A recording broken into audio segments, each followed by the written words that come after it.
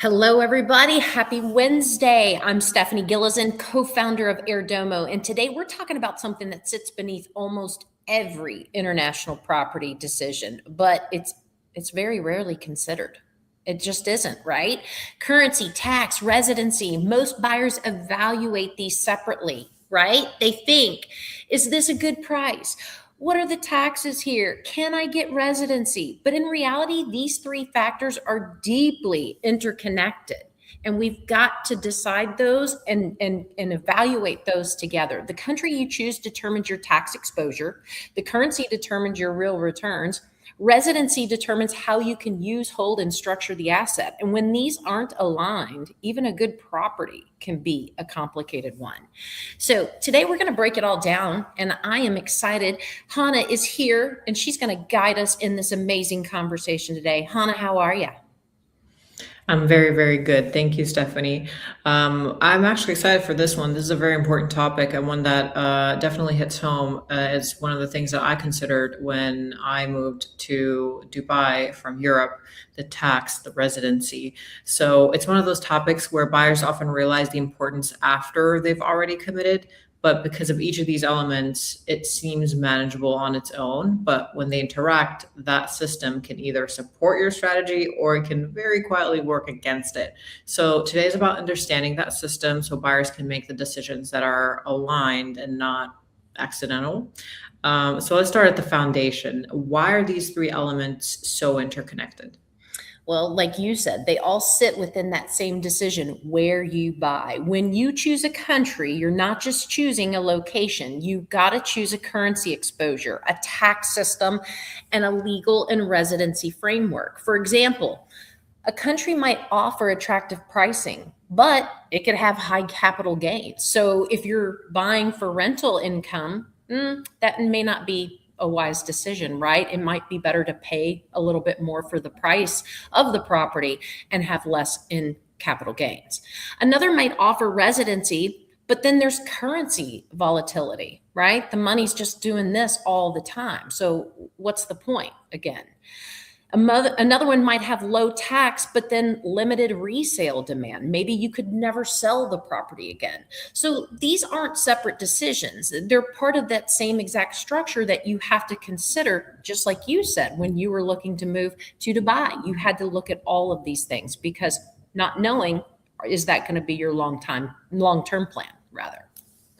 Exactly. So choosing that country is really, you're choosing a system. You're not just choosing that market. So that's why it's very important. But let's break it down, starting with the currency. Why is this often overlooked? Well, because currency, it's always feels abstract at the beginning, right? Buyers are focused on the price, but not the conversion. Conversion's hard, okay? I'm going to be the first to go, "Oh gosh, what is this, what is this worth? What is this in euros?" It's difficult, okay? But currency affects your entry cost, your rental income if applicable, if you're going to buy it for rental, your exit value, and importantly, your real return when you convert it back to your home currency. If your base currency strengthens, your returns can shrink, right? So if it weakens, your returns can increase. So every international property purchase is also a currency position.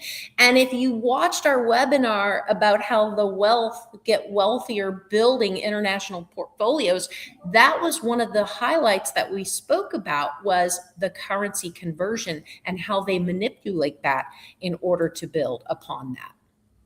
And most buyers don't even realize that they're taking the position. It just happens automatically and they kind of forget about it. So let's talk about tax. How does tax interact with the decision?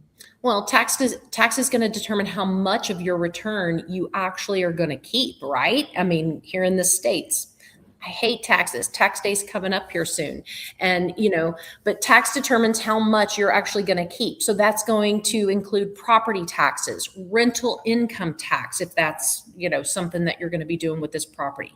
Again, capital gains tax, inheritance rules. You got to think about this for the, if this is going to be that legacy property that you're going to leave to the heirs. And then potential double taxation depending on your home country. right? You don't want to pay double the taxes if your home country is also going to tax it. And so, two identical properties in different countries can produce completely different net outcomes. And that's purely because of tax. So, when currency and tax combine, the effect compounds. And that's why it that is it's almost it's a math equation and it's scientific, and we are set up to help you with all of that so that you don't have to get the extreme migraine that I'm getting right now even trying to think about it. Yeah, it's about what survives after the system takes its share. So that's Yes. kind of how we think about it. But then we have residency, which is a very important one for a lot of our buyers. Where does that fit into the picture? Well, that the residency determines how you can actually use the property and structure your life around it, right? It can affect how long you can stay. There might be a limitation on how long you can go and actually live in that property each and every year, right? Your tax residency status, what you're taxed when you are staying in that property, your access to services. There's some countries that have free healthcare, but will you have access to those services? And then your long term mobility. In some cases, residency can influence tax exposure as well. So it's not just a benefit, it can completely reshape the entire structure of ownership. And so that's why the residency is so important. And we've got to talk about there is so many areas where if you aren't a resident, then there's properties that could be off limit. So if something doesn't qualify, then you may not be able to become part of that community. And that's exactly where this becomes bigger than just owning the property. It becomes an actual life decision that we need to consider very carefully. Now, what happens when buyers don't align all three elements? Well, that's where the all the friction is going to happen because, for example, a buyer earns in US dollars, okay? Buys in a volatile currency and sees returns fluctuate unexpectedly. And then another buyer focuses on residency but completely overlooks tax implications. Another one prioritizes price but ends up in a market with limited exit liquidity. None of these decisions are wrong individually, but when they don't align, the result is complex and sometimes regret's going to set in for sure. Exactly. And I think 99% of the time, the issue is not the property, it's the lack of that alignment around it, That's which right. is what we help our buyers with. So let's talk about how sophisticated buyers think.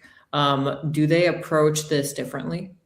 Well, they do. They think in terms of alignment and structures, right? They ask, does this currency exposure make sense for my portfolio? Is the tax system compatible with my situation? Does residency add flexibility or complexity? Do these three elements work together or are they working against one another?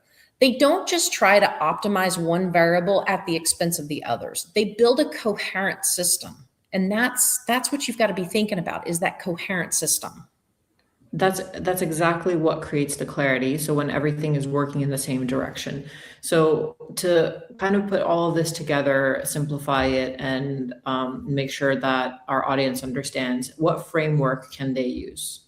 Well, so I would suggest these three questions, and this is what is the most important here: is does the currency exposure align with your financial base? Okay.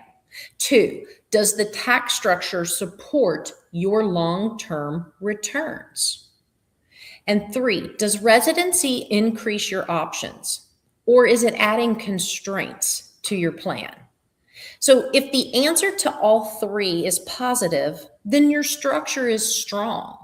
But if one is misaligned, then it's worth reassessing all of it before committing. And that's why this is such an important investigation process and not just does it have a pretty view and is it priced right? Exactly. So this is what really highlights is that global property is not just about choosing the right place; it's about building the right structure around it.